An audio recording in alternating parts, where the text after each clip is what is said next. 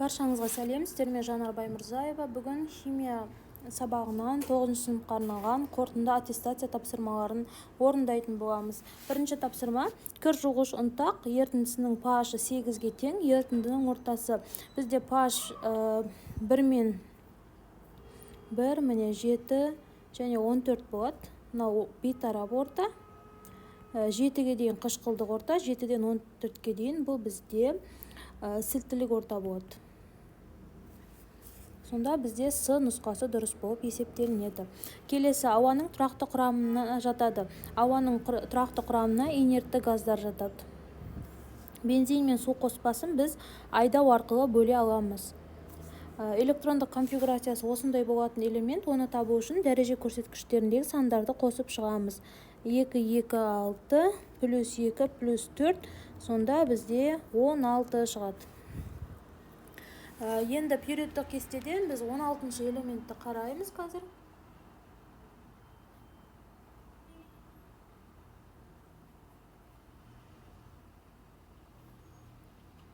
Он алтыншы элементіміз бұл біздің күкірт екен. Кальций оксиді қосылысындағы химиялық байланыс типі мен физикалық қасиеті.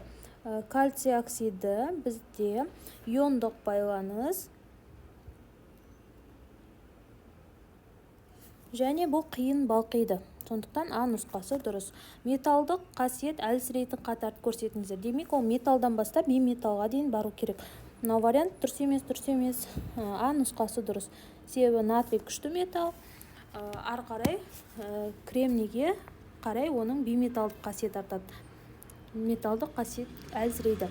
Электрондық конфигурациясы осындай болатын ион табу үшін дәреже көрсеткіштерін қосамыз. 2, 2, 6, 2, 6. Сонда бізде 18 шығады. Енді күкірт плюс 4 болу үшін А нұсқасы 16-дан 4 азайтамыз, сонда 12. В нұсқасында 15 азоттікі, азоттікі 7. 7-ге 3-ті қосамыз, 10 болады. Келесі С нұсқасында кремнийдікі 14, одан 4-ті азайтсақ 10. Д нұсқасы күкірттікі 16, оған 2-ні қоссақ 18. Сонда бізде Д нұсқасы дұрыс болып есептелінеді. Ары қарай келесі берілген химиялық реакция типтерін анықтаңыздар. Бірінші реакция бізде алмасу реакциясы, екінші реакция айырылу реакциясы. Сонда С нұсқа дұрыс болып есептелінеді. Қазір 1 минут.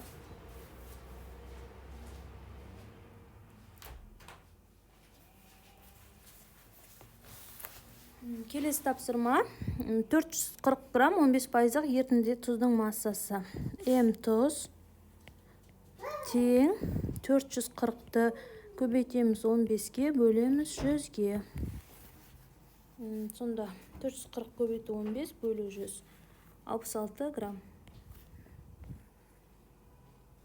Адам мен басқа тірі ағзалардың тіршілік әрекеті үрдістеріне жатпайтын реакция пиролиз.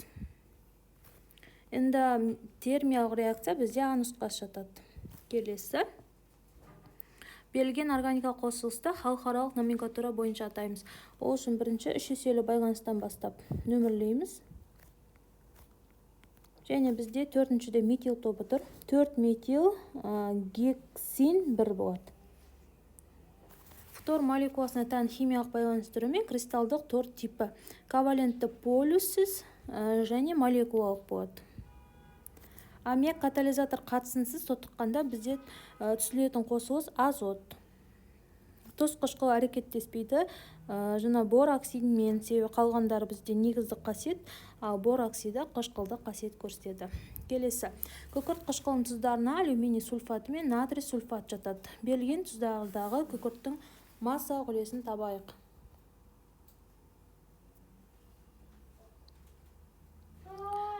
Есептеу жұмысын жасайық.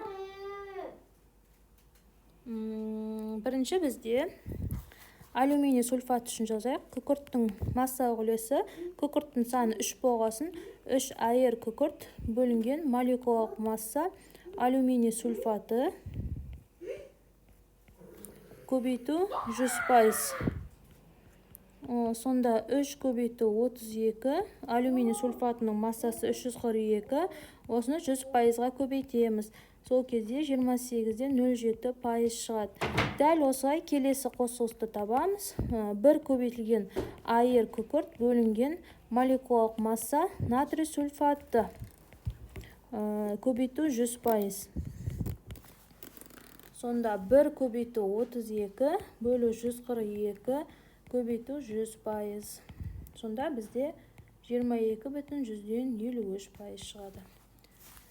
Келесі есепті табу үшін бірінші H2S4-тің массасын тауып аламыз. Ол дегеніміз массаны көбейту омега бөлінген 100%-ға тең. Сонда 40-ты 25-ке көбейтіп 100-ге бөлеміз. Сол кезде 10 грамм шығады. Енді зат мөлшерін табамыз.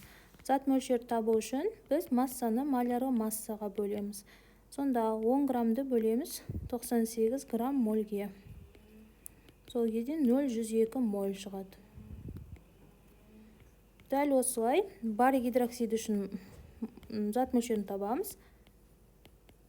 Барий гидроксиді 215 граммды, барий гидроксидінің малярлы массасы 171 грамм мольге бөлеміз. Сол кезде 1,26 моль шығады. Енді екеуін салыстырған кезде бізде барий гидроксиді көп. Сондықтан есептеуді күкірт қышқылымен жүргіземіз.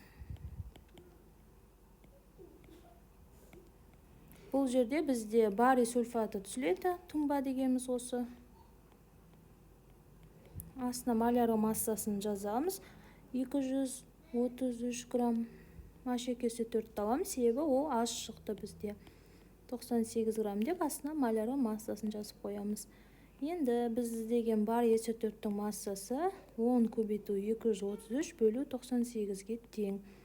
Сонда 23-те 77 грамм шықты. Ары қарай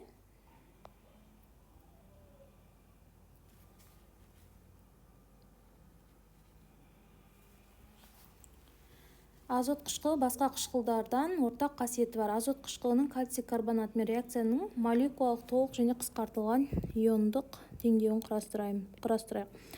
Кальций карбонаты дегеніміз кальций СО3. Азот қышқылымен әрекеттескен кезде кальций нитраты түзіледі. Су түзіледі және көмір қышқыл газы түзіледі. Енді осының толық иондық теңдеуін жазамыз. Кальций карбонаты ыдырамайды, себебі ол тұнба бізде.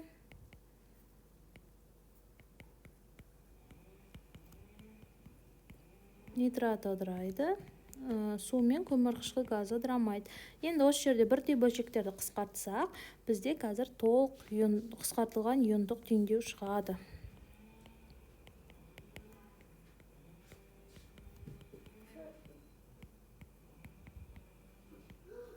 Келесі берілген айналымды іске асыратын реакция теңдеулерін қарастырайық. Бірінші бізде кальций оксидіне су қосып, кальций гидроксидін аламыз. Келесі кальций гидроксидіне азот қышқылымен әсер етсек,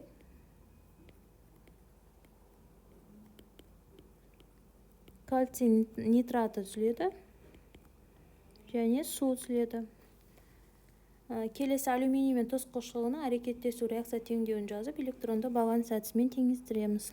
Алюминий тұз қышқылымен әрекеттескен кезде алюминий хлориді түзіледі және сутегі газы түзіледі. Алюминий 0-ден +3-ке дейін өзгереді, сутек +1-ден 0-ге дейін өзгереді. Алюминий 0-ден 3 электрон береді, алюминий +3-ге өзгереді. Келесі сутек +1-ден сутек 0-ге дейін өзгереді. Сонда алюминийдің алдына 2 қоюымыз керек, және сутектің алдына 3 қоюымыз керек. Реакция теңесті, тотығу процесі. Мына жерде тотықсыздану.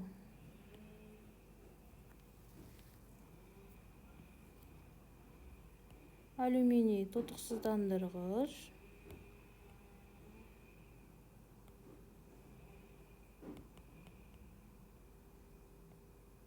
ашқор тотықтырғыш.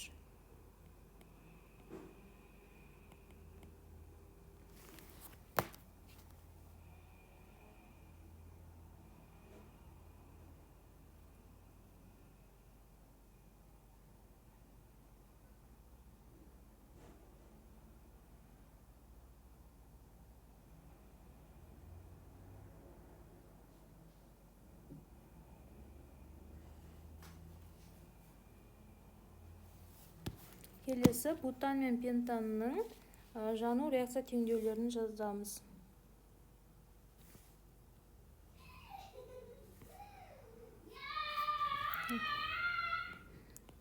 Бутанның жану теңдеуі.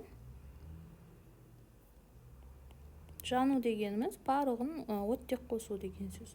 Парық органикалық зат жанған кезде көмірқышқыл газы мен су бөлінеді. Көміртекті теңестірейік. Келесі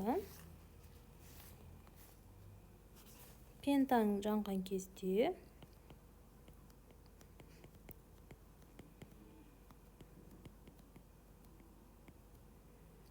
бес қоямыз. Сутек теңестіру үшін 6 қоямыз. Сонда 16 болса 8 оттек болады. Келесі тапсырма. Мына жерден электролиттер кальций хлоридінің балқымасы және литий гидроксид жатады. Кальций хлориді кальций хлор 2 диссоциацияға ұшырағанда кальций 2 плюс 2 хлор минус болады. Келесі жер бетінде металдар әртүрлі кендердің құрамында кездеседі.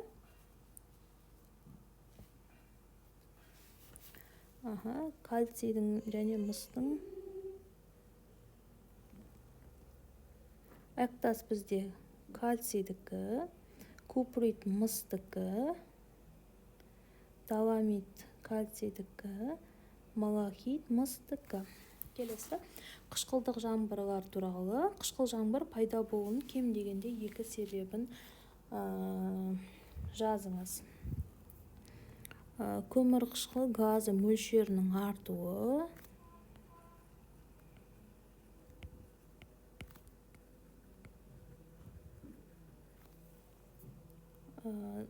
зиянды заттар көп мөлшері артуы.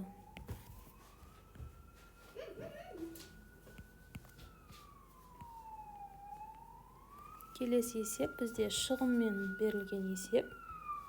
Оны шығаратын боламыз қазір. Реакция теңдеуін жазамыз бірінші.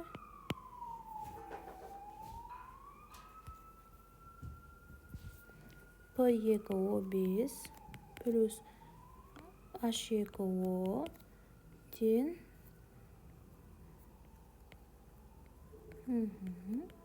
Енді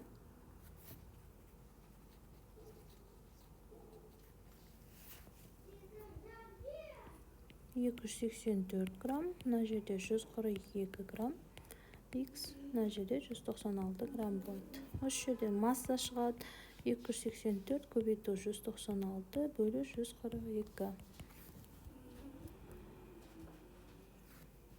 392 грамм. Енді бізде нағыз массаны табамыз. Ол үшін 392-ні 85%-ға көбейтіп 100-ге бөлеміз. Сол кезде 333-те 2 грамм шығады. Келесі сүйек құрамына енеді. Сүйек құрамына кіреді.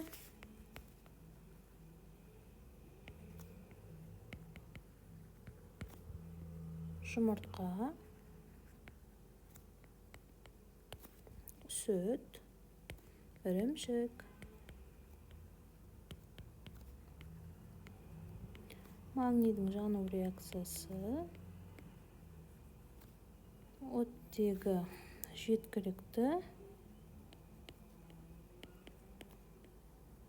және температура жоғары.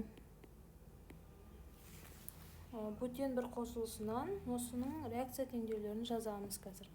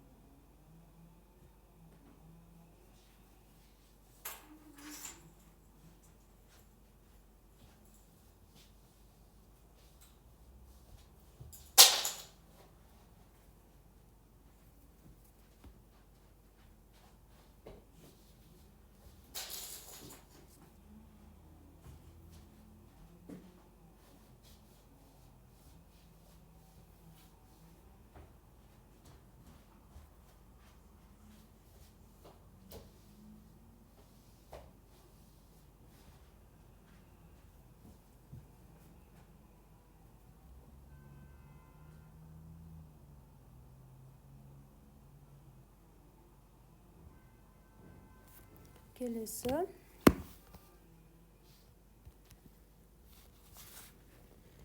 бутен 1 H фтормен әрекеттеспейді, сумен әрекеттеседі. Міне бутен 1 дегеніміз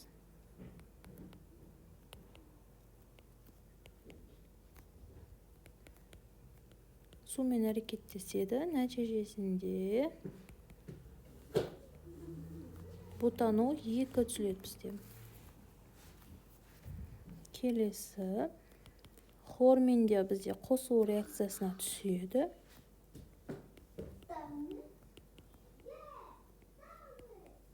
Осы қос байланыс үзіліп, 2 хлор қосылады.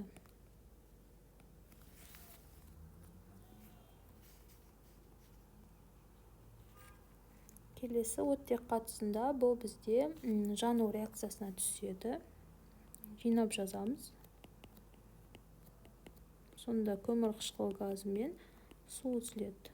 4 қоямыз, мына жерге 4 қоямыз. Сонда судың алдына оттектің алдына 6 қоюымыз керек.